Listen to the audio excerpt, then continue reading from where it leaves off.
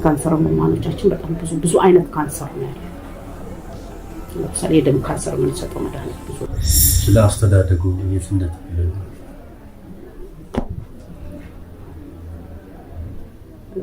ጥሩ እናት አባት ናቸው አሰድ። አሁን ነጋዴው ሀብት ለማግኘት ህዝቡን ፈጅቶታል እና መድኃኒት ቁጥጥር፣ ጤና ጥበቃ፣ ዘመናዊ ትጥቅ ታጥቆ ህዝቡን ፈጀው ብለን እንላለን እኛ በስብሰባችን ላይ። የስርዓት ዝርጋታ ያስፈልገዋል መንግስታችን። አሁን የስርዓት ዝርጋታው አርቲፊሻል በየሳምንቱ የሚቀያየው ኮንክሪት የሆነ ዲያመንድ የሆነ አስተዳደር ያስፈልጋታል።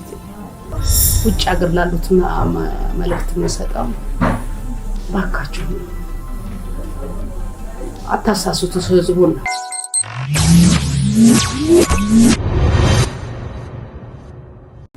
ስለ አስተዳደጉ የት እንደተፈለገ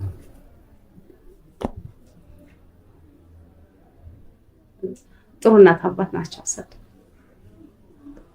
ሀብታም አይደለም ግን ደጎች ነበሩ።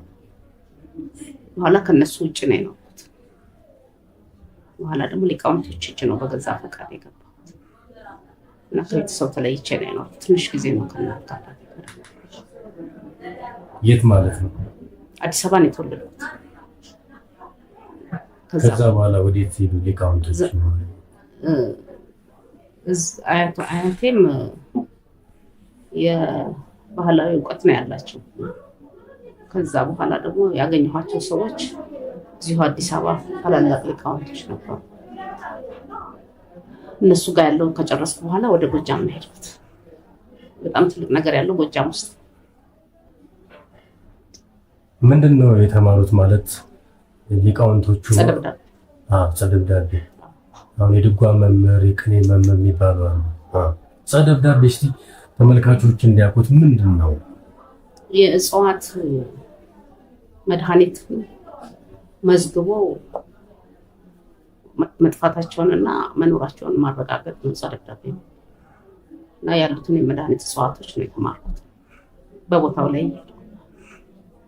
መልካም። እስቲ ወደ ዳሸት ምንድን ነው ተመልካቾቻችን እንዲያውቁት በደንብ ብሪፍ ቢያደርጉልን። ዳሸት ሊቅ ነው፣ ንጉስ ነው፣ ላስፋል እና እጽዋትን ሁሉንም ስነ ከዋክብትን መዝግቦ ወደ ትውልድ ያስተላለፈ ነው። በሱ ስር የሚኖሩ ዘረደሸቶች ይባላሉ ምን መዝጋቢዎቹ። እና መዝገብን እውቀትን ለትውልድ ያስተላለፈ ታላቅ ሊቅ ነው። ኢትዮጵያዊ ነው። የኩሽ ዘር ኢንስቲትዩቱ የዳሸት ኢንስቲትዩት መቼ ነው የተቋቋመው? መጀመሪያ ሕክምና የጀመርነው በ1988 ነው። 94 ላይ ሾፍቱ ሄደን መሰረት በሊቃውንት ጉባኤው ታይቶ ነው መሬቱ ወፎች የሚያርፉበት ስለነበር ለከተማውም ለአዲስ አበባ ቅርብ ስለሆነ ለዛ ተብሎ ነበር መሬቱ ታይቶ የተመሰረተ። ዓላማው ምንድን ነበር? መድኃኒት እጽዋትን መትከል፣ ትምህርት ማስተላለፍ፣ እውቀት ማስተላለፍ። መልካም። የቀደምት ኢትዮጵያውያን ሊቃውንት የህክምና ጥበብ እንዴት ነው የሚካሄደው? ከትውልድ ትውልድ ነው የሚተላለፈው በቃል ለመዝገብ። መልካም። ይሄ ጥበቡ ከጠልሰም ጋር ምንድን ነው የሚያቆራኘው? ጠልሰም ስነ ምህዳር አለው፣ ስነ ከዋክብት አለው፣ ስነ ህይወት አለው። ለምሳሌ አካልን ሙሉውን ያሳይሃል። በጠልሰም ውስጥ የታመምክበትን ቦታ ለማከም ከጠልሰሙ ነው የምናገኘው። ጠልሰሙ እግር ውስጥ አለ፣ ውስጥ እግር ላይ አለ። ሰውነታችን በሙሉ ጠልሰም ነው። ስለዚህ እሱን ነው የምንማረው። 8 ዓመት ይፈጃል ትምህርቱ። ጠልሰም በራሱ ምንድን ነው? ስዕል ነው እና ሂሳብ። ማን ነው የሚያነበው ጠልሰም? አዋቂዎች። ይሄ ጥበቡ ተገልጦ ሌሎች እንዳይጠቀሙበት በሚስጥር ነው የሚያያዘው እና ለምንድን ነው እንደዚህ ሆነው? ባይያዝ አይኖርም ነበር፣ ይጠፋል። ሚስጥር ባይያዝ ይጠፋል። አሁን ለምሳሌ የካንሰር፣ HIV እና ኩላሊት ሕክምናን ጨምሮ ሌሎች በሽታዎችን በቀላሉ ለመቆጣጠር የሚያስችለው ሕክምና እንግዲህ ከዘመናዊ ሳይንስ ጋር እንዴት ነው እያስኬዳችሁ ያላችሁት እናንተ? HIV ላይ የቅርብ ጊዜ ነው HIV ግን ለጉበት የምንሰጠውን የቫይረስ መድኃኒት አንቲቫይራል ነው እሱ ነው የምንሰጣቸው። ባያድንም የቫይረስ ቁጥሩ ዝቅ ያለ እንትን ደግሞ ጸታርሶን ስንሰጣቸው CD4ቸው ከፍ ያለ እና ያን መድኃኒት ሳይሰጥ በፊት ወደ አገር መድኃኒት ሳይገባ ከኛ ነበረ ብዙ የሚጠቀም። እኔም ብዙ ሰው አቅም ነበር እሱ ግን ማዳን አይደለም በህይወት ማኖር። እስካሁን ያዳኑት የለም ግን መድኃኒት ያድናል በላቦራቶሪ ላይ። የት ላቦራቶሪ ነበር እንትን ያሉት? ለሳይንቲስቶች ነው የሰጠሁት NIH ላይ ነው የሰጠሁት። ሌላው ደግሞ የማዕድናት ያሉባቸውን ቦታዎች የሚያሳየውን ኮድ እንግዲህ ያውቃሉ እና ይህን ጥበብ እንዴት ነው ሊያውቁት የቻሉት? እኔ ብቻ አይደለም 5800 ዘመን ሲተላለፍ የመጣው ህዝብ በሙሉ ያንን ማዕድን ኮድ ያውቃል። እዚህ ዘረደሸት ውስጥ ያለው እኔ እኮ ጥቂት ነው። ይህንንስ ለሌሎች ለማውረስ ያደረጉት ጥረት የለም? ለልጆች ሊሆን ይችላል። ጀምረን ነበር ቢሾፍት ላይ 30 ተማሪ እናወጣ ነበር። እዚህ እጽዋት በማሳየት ዘር በማባዛት በቃ የኔ እውቀት እኔ የደረስኩበት ለኔ የተሰጠኝን እውቀት ለተማሪዎቹ በመስጠት ተቋረጠ። መቼ ማለት ነው? 93 ገንተን 2003 ተቋረጠ። ምን ሙከራ አድርገው ነበር?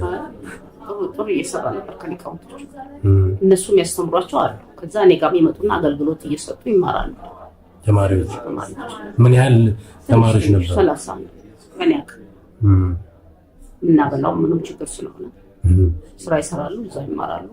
ሲጨርሱ እዚህ ደርሰዋል ብዬ እኔ እልካለሁ። ከዛ ደግሞ ይቀጥላሉ ሌላውን ትምህርት።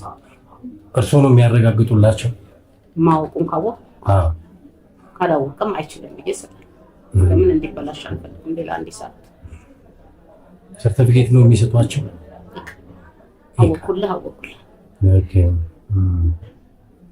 አሁን ግን ይቻላል ይመስለኛል ሰርቲፊኬት ማንም ሰው ሲሰጣ ያለ። እኛ ግን ለሊቃውንት ጉባኤ ነው የምናቀርበው። ጉባኤ ያዘጋል። ሊቃውንት ጉባኤ የት ነው ያለው? ሁሉም ሀገር በተራ ይደርሰናል። በአመት 2 ጊዜ ነው የሚካሄደው። አንዳንዴ ጎንደር ሊደርስ ይችላል። ጎጃም ውስጥ ብዙ ጊዜ፣ እንደገና ወሎ ውስጥ፣ ትግራይ፣ አክሱም። ትንሽ ነን ለኢትዮጵያ ሕዝብ ትንሽ ነው። ምን ያህል ቁጥራች? ትልልቆቹ ሊቃውንቶች 81 ናቸው። ለ100 ሚሊዮን በጣም ትንሽ። አሁን ደግሞ እየጎደሉ የሞቱ። ሌላው ደግሞ እርስዎ ሕክምና ሲሰጡ የሰው ልጅን የውስጥ እግር ወይንም መዳፍ ተመልክተው ነው እና እንዴት ነው የሰው ልጅን መዳፍ ተመልክቶ ህመሙን ማወቅ ይቻላል? መዝገብ አለው ራና ለሱ እናነበዋለን። ግን ብዙ ጊዜ መማር ይፈልጋል። ያንን እውቀት መላልሶ ማየት ልምድ ያስፈልገዋል እንጂ ባንዴ ያለ። በዚህ ጉዳይ ላይ ሳይንሱ ምን ይላል? እስቲ ብዙ እኔ ሳይንስ መሆኑን አላወኩም፣ በኋላ ነው ያወቅሁት። ሳይንሱም ይቀበለዋል። ይሄን ግን እኔ አሁን ስለዚህ ስለ ፕላኔቶች ስለምን ሲባል ሳይንሱ እንደሚቀበለው አላውቅም። እኛ ግን ያው ስነ ምህዳሩ ላይ ስንሄድ ኮከቦችን ፕላኔቶችን ጣና ላይ ሄደን እናያለን። ባህር ዳር ቴሌስኮፕ አያስፈልግም። እሺ አሁን ለምን ያህል ሰዎች ህክምና ሰጥተዋል? ደሸት ኢንስቲትዩት ላይ 10300 ሰው ሰርቼ ነው የወጣሁት። መዝገቢያ አቃጥዬ የወጣሁት ምክንያቱም የሰው ፋይል ሜዳ ላይ መተው ስለማልችል አሉ ሰዎች ይጠይቁኛል። ዛሬ ከግማሽ በላይ የመጣው ታካሚ ከዛ አቋረጡት። የት ላክም? አሁንም እኮ ግራ ያጋባል። ሰው መጣ ግን እንዲህ ማለት አንችልም። በምንችለው መርዳት ነው።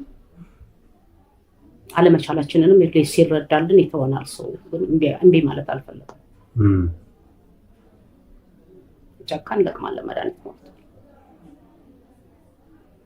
አሁን ቅድም እንዳነሱልን ህክምናውን ለመስጠት ቅድመ ዝግጅት ላይ መሆናችሁን ነው የገለጻችሁትና የት ቦታ ነው ህክምና የምትሰጡት? እንግዲህ የኛ በመላው ዓለም የሚገኙ ተመልካቾች ናቸው ያሉት። ብዙ ህመም ያለባቸው ሰዎች አሉ። የት መታከም እንዳለባቸው እርሶንም በተለያየ ሰዓት የሚፈልጉ አሉና የት ነው የምትሰጡት?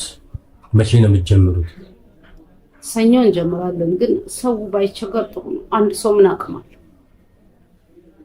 እና አሁን የመዘገብናቸው በትንሹ 7 ወር ይፈጃል እነሱን አይቶ ለመጨረስ። ስለዚህ ተቀጣይ ለምን ለማለት ሌሊት ሁሉ ብንሰራ እንኳን አንደርስባቸው እና ሰው ትንሽ ቢታገሰ እንደ ቢዝነስ የሚታይ ስራ አይደለም። ከዛ ደግሞ በረሃ እንኳን ትምህርት ሊቃውንቶቹ እናግዛለን ብለዋል። መድኃኒቱን ያመጡታል። ለኩላሊት በሽተኞችን በዚህ ሂደት ማከም አልችልም።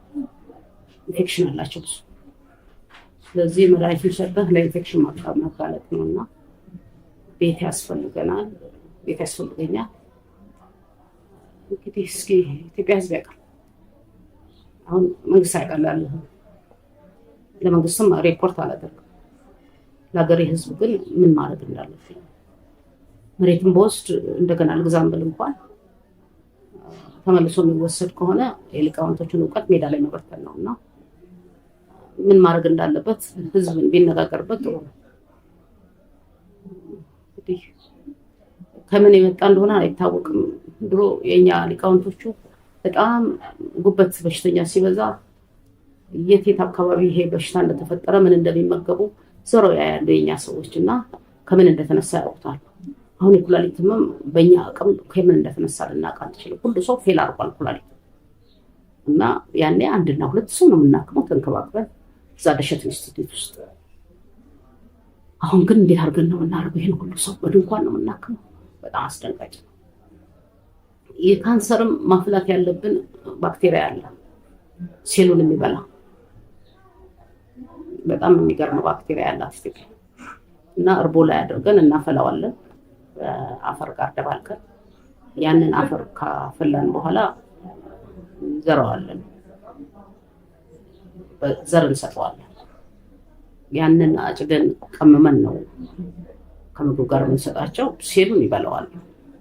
ካንሰር ሴሉ 8 ሚሊዮን ምናምን እንደዚህ ሊደርስ ይችላል። በሚሊዮኖች ነው። ዱርዬ ነው፣ ያው ያፈነገጠ ሴል ነው። እሱን ይበላዋል፣ ያስርበዋል፣ እርስ በርሱ እንዲበላላ ያደርገዋል። ያን ባክቴሪያ ማፍላት ቦታ ያስፈልጋል። ሳይንስ ነው ማለት ነው። ይሄ እኔ አሁን እንደሚገባኝ ከሆነ የድሮ ሳይንስ ነው። ያው የዘመኑ ሳይንስ በላቦራቶሪ ያፈላሉ፣ እኛ ደግሞ በአደባባይ የምንሰራቸው ስራዎች አሉና ያንን ነገር ለማድረግ ቤት አይደለም ደግሞ ቦታ ሰፊ ያስፈልጋል። የካንሰር ህሙማኖቻችን በጣም ብዙ አይነት ካንሰር ነው ያለው። ለምሳሌ የደም ካንሰር የምንሰጠው መድኃኒት ብዙ ነው። ሴሉን ማስራብ ነው። ከዛ ውጭ እኮ እኛም አናድናለን ለማለት እግዚአብሔር ነው አይደል? እነዚህ 2 በሽታዎች ላይ እንኳን ብቻ ብንሰራ ትልቅ ቤት ያስፈልጋል፣ ቦታ ያስፈልጋል። የምናስተኛበት አሁን ግን ቤቶች ውስጥ ነው እዚህ 18 ማዞሪያ አካባቢ አናስተኛ። ለኩላሊት አሁን ምንም ማድረግ አንችልም። ይስናል። ኢንፌክሽኑ በጣም ኃይለኛ ነው።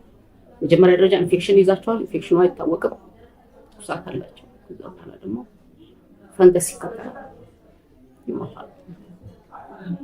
አሁን የያዝናቸው 3 ጊዜ በሳምንት የሚያደርጉት ዳያሊሲስ ወደ 2 ወደ 1 አድርሰን ዋናው መድኃኒት አንሰጥም። ለኢንፌክሽኑ የሚያጋልጣቸው መድኃኒት አንሰጥም። መልካም። በተለይ ሳይንቲስቶች ምንድን ነው የሚያደርጉት? አንዳንድ ጊዜ ወረርሽኝ ሲመጣ ጥናት አድርገው መንስኤው ይሄ ነው ብለው ለህዝቡ ይፋ የሚያደርጉባቸው ሁኔታዎች አሉ። አሁን ቅድም ያነሱልኝ ጥያቄ አለ ማለት በርካታ የኩላሊት እንደ ወረርሽኝ እንትን ያለበት ሁኔታ አለ እና የእናንተ ሊቃውንቶቹ ተሰብስበው ምክንያቱን እንትን ያሉባቸው ሁኔታዎች የሉ? ለምን እንደ ሳይንቲስቶቹ ተሰብስባችሁ? ድሮ የነበሩት የኢትዮጵያ ሳይንቲስቶች ከኛ ጋር ይሰሩ ነበር። ታላላቅ ሎሬንቶች፣ በጣም ትልልቆቹ ሰዎች እኛን የሚያግዛሉ። የፈረንጅንም ስም ይነግሩናል፣ እኛም የባህሉን ስም እንነግራቸዋለን። ዝም ብለን እዚያ በተለይ እኔ 30% ሳይንቲስቶቹ እጅ አለበት። እዛ ደሸት ላይ ሲሰራ በጣም ትልልቅ ሳይንቲስቶች ናቸው። በባዮዳይቨርሲቲ ደረጃ ትልቅ ቦታ ያላቸው ሰዎች ነበሩ የሚያግዙ። አሁን እንግዲህ አልተሰራም ተብሎ ለሚባለው ነገር በደንብ በአመት 3 ጊዜ 4 ጊዜ እኔ ከመስመር እንዳልወጣ የሚከላከሉና እኔን ከስህተት የሚያርሙ ሳይንቲስቶች ነበሩ ዘመናዊ። በዛ ደግሞ ሊቃውንቶቹ አሉ። ሊቃውንቶቹ በጣም ኃይለኞች ናቸው። መጥፎ ነገር ማድረግ አይፈቀድልንም። ጥሩ ስራ ተሰርቷል በደሸት ኢንስቲትዩት። እንግዲህ ዘረደሸት ሀብታም አይደለም፣ ሙያ አለው፣ እውቀት አለው። እኛ ጋር የሚመጣ ደግሞ ደሃ ሰው ነው፣ ሀብታም አይመጣም። አሁን ራሱ ለማከም መድኃኒት ለማምጣት እንኳን ምናልባት የራሳችን የግብርና ውጤቶች እንጠቀም እንደሆነ ነው እንጂ ሰው ግብአት የሚያደርገው ገንዘብ የለውም። እና ሐኪሙም ደሃ ነው። ስለዚህ ያ ቤት በማይሆን ሁኔታ ተጣለ። ያ እዛ ቤት ላይ በጣም ጥሩ ስራ ልጆችም እየመጡ ፒኤችዲ ላይ ያሉ ልጆችም አንዳንድ ጥናቶች ይወስዱ ነበር፣ ይልኩ ነበር ሳይንቲስቶች። 30% ሳይንስ አለው ብዬ አስባለሁ። ቢሾፍቱ ሳይንቲስቶቹ ይቻላልበት ጥሩ ሰዎች ነበሩ፣ ጥሩ ሳይንቲስቶች ነበሩ። አርጅተዋል። አንዱ እንደውም ባለፈው መጋቢት ነው የሞተው። ፕሮፌሰር ሰይፈ ሚካኤል በላይነህ ይባላል። ደሸትን ስመሰርት ጀምሮ ጎንደር እዛው በረሃ ውስጥ እየመጣ ከኛ ጋር ምርምር ይሰራ ነበር። እዚህም ያግዘኝ ነበር። ሌሎች አሉ አሁን በህይወት ያሉ ያረጁ እና ብቻዬን አልነበርኩም። ብዙ ሰው ይረዳኝ ነበር። ብዙ ጥሩ ሰዎች ነበሩ። ግን እኔን ከመሬት ለማንሳት አቅም የላቸው፣ ደሞዝተኞች ናቸው። ሳይንቲስት ሀብታም አይደለም።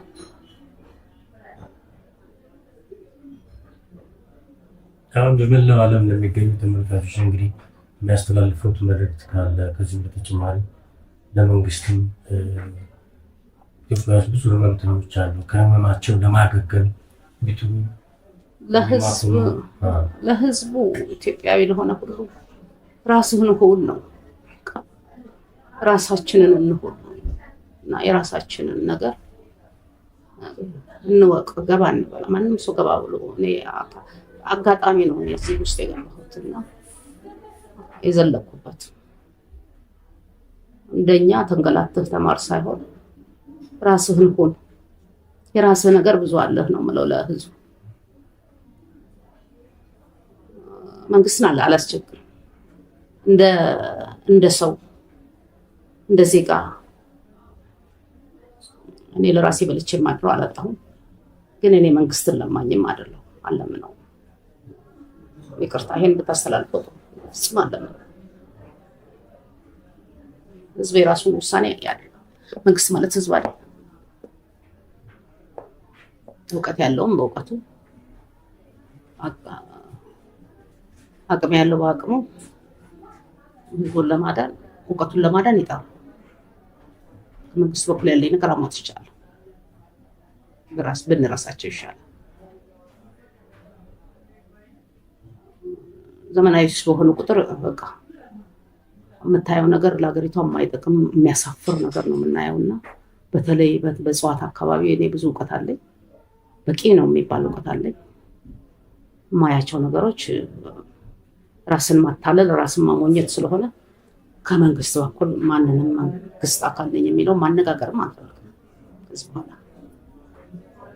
እንደ ህዝብ ባለችኝ 2 ሰውም ቢሆን አግዛለሁ። ትንሽ ጊዜ እድሜያቸውን የሚያራዝምላቸውን ነገር አግዛለሁ። አሁን አድናለሁ አይደለም ደስ ተረብሾ የመጣብኝን ሰው ሳላቀው 8 ዓመት ሲዘጋ እዚህ ሰፈርተኞቼ ምን እንደምሰራ ምንም የለም። ይሄን ቦታ በ85 ዓመተ ምህረት ነው ያስኩት። ከዛን ጀምሮ የሚያቆይ ሰዎች ከሰላምታ በስተቀር የለም። አሁን ማዕበል ሲወርድባቸው ተደናገጡ። ለሊት ሁሉ ሰው ይመጣልና እኔም አሁን ባካችሁን ብዬ ጎረቤቶቼን ጠርቼ ነው እናንተ የመጣችሁት። ጎረቤቶቼም ያግዙኛል። በዚህ በቤት 2 ሳምንት ውስጥ የሚሞተውን ሰው 1 ዓመት ካቆየሁት ይበቃኛል። የኔ አቅም ይችላል። 101% በመንግስት ተስፋ ቆርጫለሁ። እኔ ደሸትን ስመሰረት በሊዝ ነው የገዛሁት መሬቱ። በጣም ብዙ ብር ነበረኝ። በቃ የማይጠበቅ ገንዘብ አገኝ ነበረ። በሕክምና ብዙ ታካሚ ነበረ። ራስ ሆቴል ነበር የምሰራው እና ያ ገንዘብ የህዝብ ገንዘብ ነው። ስለዚህ ወደ ምርምሩ ለመግባት ሳይንቲስቶችን ነው ያማከርኩት። ከዛ ደግሞ ዘረደሸቱን ነው ያማከርኩት እና እኔ የሚኖረኝ መድኃኒት በጣም ትንሽ ነው። ስለዚህ ሊቃውንቶቹ የራሳቸውንም እንዲጨምሩበት ለመድኃኒቱ ግብአት የሚሆኑ ሳሮችን እንዲጨምሩ ተነጋግረን 600 የሳር ዝርያ 1400 የመድኃኒት እጽዋት ተተከለና ስራው ተጀመረ። በዛን ሰዓት እኔ ስራ ነው የምሰራው። ግለሰቦች አሉ፣ የመንግስት አካላት አሉ፣ ባለ ሆቴሎች አሉ። ሌላም እንግዲህ ስማቸውን በመዝገብ ላይ ያላሰፈሩ ግን አንደርግራውንድ በጣም አድርገው የሚያጠቁ የመንግስት ባለስልጣናት ነው። ግን አሻራቸው የለም፣ ለመክሰስም አይመች። በዛን ሰዓት ደግሞ የዓለም ኢንተሌክቹዋል ፕሮፐርቲ በጣም ያዝን ነበር። በየጊዜው መጥቶ ስብሰባ ያደርግ ነበር። እኔ ጋር የዓለም ባዮዳይቨርሲቲ ኔትወርክ እኔ ጋር ስብሰባ ያደርግ ነበር። ይሄ ቤት እንዳይወድቅ የውጭው መንግስት ሰራተኞች እነዚህ ተከላካዮች ደግፈው ይዘው ቤት ውስጥ ያለው ደግሞ የመንግስት አካል አንዴ ሊዝ ክፈይ አንድ ወር ማሳለፍ አልችልም ነበር የሊዝ። ሌላው ግን የ5 ዓመት ግን ጊዜ ይሰጠው ነበር። የፎታ ጊዜ ይሰጠው። እኔ ግን የአንድ ቀን እንኳን የፎታ ጊዜ ለመሰጠት እድል አልነበረኝም እና 1 ዓመት ከምናምን እንዳለፈው ለካ ሐራጅ ተብሏል ቤቱ።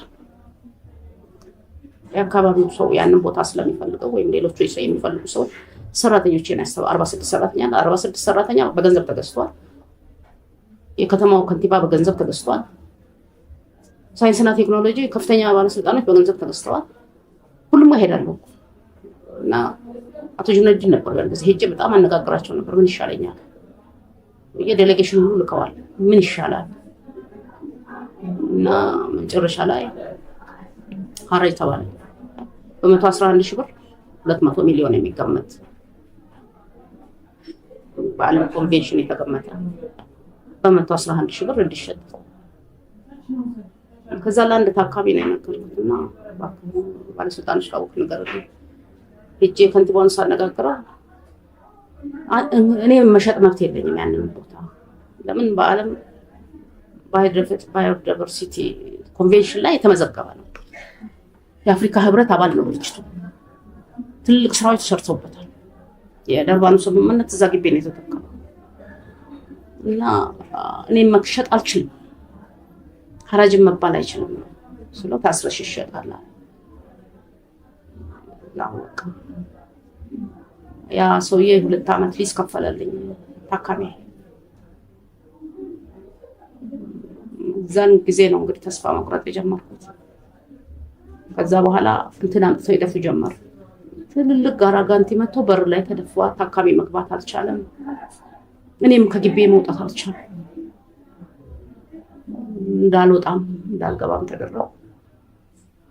መጨረሻ ላይ ሚቴክ መጥቶ በ13 ሚሊዮን አለ። 13 ሚሊዮን ጥሩ ነው፣ ግን የ13 ሚሊዮን ሲመጣ ጥሩ ሰው ነበር ያጋጠመኝ ሚቴክ ውስጥ እና አንድ ድል እንዲሰጠኝ ጠየቁት። ነገን አላውቅምና የ35 ዓመት ሊዝ እንድከፍል ከዛ ገንዘብ ከ13 ሚሊዮን ለምን ሲለኛ እናንተ ላትከፍሉ ትችላላችሁ፣ ይሄ መድኃኒት ሊጠፋ ይችላል። ሁለተኛ ደግሞ ይሄንን ዕቃ ተሸክሜ መውጣት ስለማይችል እዚሁ እንዲቀመጥ አድርግልኛል። በጣም ብዙ ቃል ድርጅት ውስጥ የድሮ ማዋለጃዎች፣ የድሮ የሕክምና ዕቃዎች ከዘረዳሸት ቢሮ የወሰድኩታል እኔ ጋር ነው የሰጡኝ። ይሻለኝና ሰውየው ሲያይ እውነትም አስደነገጠውና በወታደር ለገስት ሃውስ ነው የገዙት። ወታደር እንዲከበር አደረገና አስከበረው። የ35 ዓመት ሊዝ ከሰጡኝ ገንዘብ ላይ ከፈለ እና ቆየሁት። እኔ ነኝ ያቆየሁት። አሁን መንግስት ነኝ ብሎ እኔ ነኝ ያስኩት ሲል 13 ሚሊዮን ሲሰጠኝ የ35 ዓመት ሊዝ ከዛ ከሰጡኝ ገንዘብ ላይ ከፍዬ ነው ያወጣሁት። ለዛም ሰውየው እንደፈለገኝ ገብቼ መድኃኒቱን እንድንከባከብ ጎማ እንኳን ቀይረው አያውቁም። የውሃ ማጠጫ የራሴን ነው። የጉድጓድ እንትን ቢበላሽ ራሴ ነኝ የማበላሽ። ውሃ ጉድጓድ ነው የምንጠቀመው ነው። ገብቼም ባልሰራበት ክትትል አድርግ ነበር እስከ ቅርብ ጊዜ ድረስ። ዶክተር አብይ ሲመጡ ደግሞ ገብቼ መስራቱን መከታተል አልቻልኩም። እንደውም ስፖርተኛ ገብቶ እየተሸናበት እንዲበላሽ ተደረገና እሱ ነው ተስፋ ያስቆረጠ። ሰውየው ጀኒን ናቸው። ምንም ላይ ገባቸው ይችላል። ይሄ ነገር ላይ ያውቁት ይችላሉ። እንደ ሀገር ግን ኖሌጃችንን እየከሰርን ነው። አላስተምርም ብንል ነበረ መጥፎ። እንደውም በ98 ዓመተ ምህረት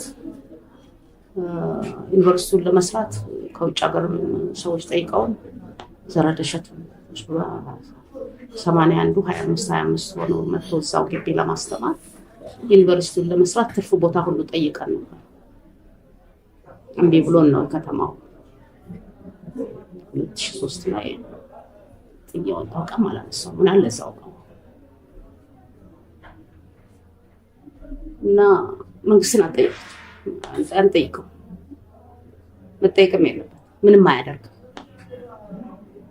ህዝብ ግን ያደርጋል። ህዝቡ ደግሞ ገንዘብ አይደለም የሚጠየቀው፣ ሀሳብ ከገንዘብ ይበልጣል። ዛሬ የመጣው ህዝብ ሀሳቡ ከብር በላይ ነው።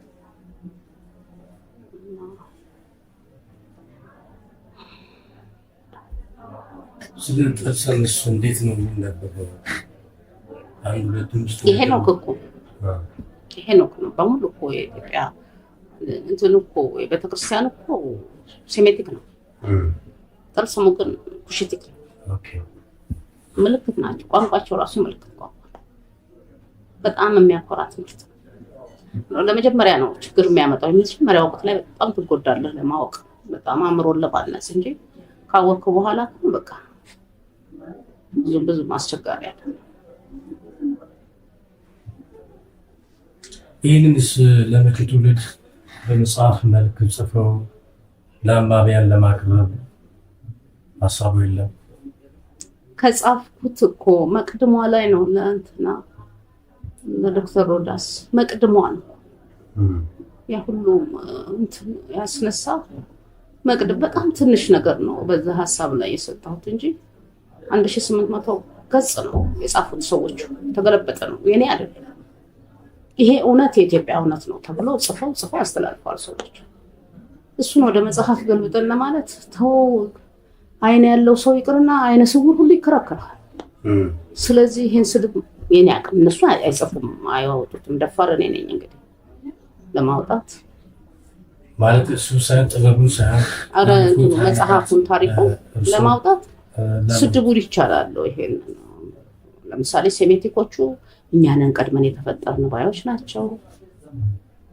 ውሹን መስደብ ነው የሚፈልጉት፣ ማዋረድ ነው የሚፈልጉት። እውቀት የኩሽ አይደለም ብለው ነው የሚያምኑት። እና እውቀት ነው የኩሽ ነው፣ እኛ ኩሽ ነን። ስለዚህ ይሄን ካላመነ የኢትዮጵያ ሕዝብ ኩሽቲክነቱን ካላመነ ፈረንጅ አሽከር ምንድነው ማስረጃው? ኩሽቲክና ሴሜቲክ ቀድሟል ለማለት ፕሩፍ ምንድነው? የተሰሩ ስራዎች ከህንድ ጀምረ ከባቢሎን ጀምረ እስከ ግብጽ መጨረሻ ድረስ ያለው በሙሉ የኩሽ ስራዎች ናቸው። ሮም እኮ ቅርብ ጊዜ ነው የተፈጠረችው። በተለይ ከውሸት ታሪክ ላይ ነው የተፈጠረችው። የኛ ግን መሰረት ያለው ያንን በግድ መኑ ማለት አያስፈልግም። በቃ ይዘን ቁጭ እንላለን። ቀስ እያለ በፊልም መልክም ማውጣት የሚፈልጉ አሉ። ለምሳሌ ሆሊውዶች ብዙ ጊዜ አነጋገሩ፣ ግን ኢትዮጵያዊ አይፈጠርም እንዴት ስለ ሆሊውድ ቢሰጥ? እንትንን ቤንሻንጉልን መርጠን ነበር በሎጂክ ጋር እና ያን ሁሉ ካመጡ በኋላ ሳስበው ለምንድን ነው ኢትዮጵያዊ የማይፈጠረው? አንሰጥ ባናደርገው ይሻላል። ተማክረን ሊቃውንት ጉባኤው ፊልሙን አቆም ነው እንጂ ሄጄ ነበር። አንዳንድ የሰማሁት ደግሞ አንድ ብሎች በተለይ ውጭ አውሮፕላኖች ይመስለኛል ከፍተኛ ገንዘብ ከፍሎት ያን ጥበብ እንትን ለማለት ያነጋገሩበት ሁኔታ ለሚል ነገር አለ። ምን ይሰራልኛል እሱ? ገንዘብ እኔም አገኛለሁ። ገበሬ ነኝ። እህል አይደለም ይባላል። በሙያ ይሰርች ሐኪምም ባልሆነ በግብርና መኖር ይችላል። አሰጣቸው አህላጥር አሁን ፊልሙ ለሚሉት በጣም የሚፈልጉት ነበሩ። ለምን ሁሉም ታሪኩ የቤት አሰራሩ ሁሉ ጠልሰሙ ላይ ስላለ አስበውት ነበር ፈረንጆች እዚህ የሚመላለሱ ብዙ ጆዎችም እዚህ ይመላለሱ ነበር። አይሁዶች ያው አሜሪካን ጆ ናቸው። ጥሩ ሰዎች ናቸው። ቀና አመለካከት ያላቸው ግን ተገቢ አይደለም። እነኛ የኛ አባቶች ሰጥተው ቢሆን ኖሮ እኛ ምን ሰጥ ነበር። ግን ትውልድ የሚማርበት ከሆነ ማለት መከልከል ነው። ፍኖተ ካርታ ውስጥ ገብቶ ሌላ ቀርቶ በመምሪያ ደረጃ ወይም በኮሚሽን ደረጃ እንኳን አንድ ቢሮ ኖሮት ይሄድ ህግ ወጥቶለት ቢሆን እኛ ማውጣት ግድ ነው። በህግ ማዕቀፍ ውስጥ ነው እናስተምራለን። አሁን ግን ሁሉም ማራለሁ ብሎ ሲመጣ ይዘህ ጥፋ ማለት ነው። ራሱንም ይዞት ሊጠፋ ይችላል። ትውልዱ መንቃት አለበት። መንቃት የእኔነት ስሜት መኖር አለበት። መፈጠር ያለባቸው ነገሮች አሉ። እንግዲህ አሁን በጣም የሚያስፈራ ነው የህዝቡ ስሜት። አግሬሲቭ መሆን አያስፈልግም። ረጋ ብሎ የተወሰኑ ሰዎች አስበውበት ጥሩ ደረጃ ማድረስ፣ ጠልሰሙንም እንደገና ወደ መጽሐፍ መቀየር። አንዱን ሞክረናል። ውስጥ በአይቲ ውስጥ ሞክረነው ፈራንና ፓተንት ሳይደረግ የሀገር ሀብት ማውጣት። እንደውም እኛ የማናውቀውን እውቀት የሌለንን ኮምፒውተሩ በደንብ ያወራዋል። ስለዚህ አሁን ጠልሰሙንም ከሰጠን የበለጠ ምልክቶችን ከሰጠን ጽፎት ስለሚያወጣው አሁን አይቲው ያወጣዋል። ብዙ ስራ የለንም እኮ እኛ አንድ ነገር ሞክረን ደንግጠናል። አናደርግ አልሰጥም። ከናምሩድ ነው የጀመረው የኢትዮጵያ ስነ ህይወት። ናምሩድ ወደ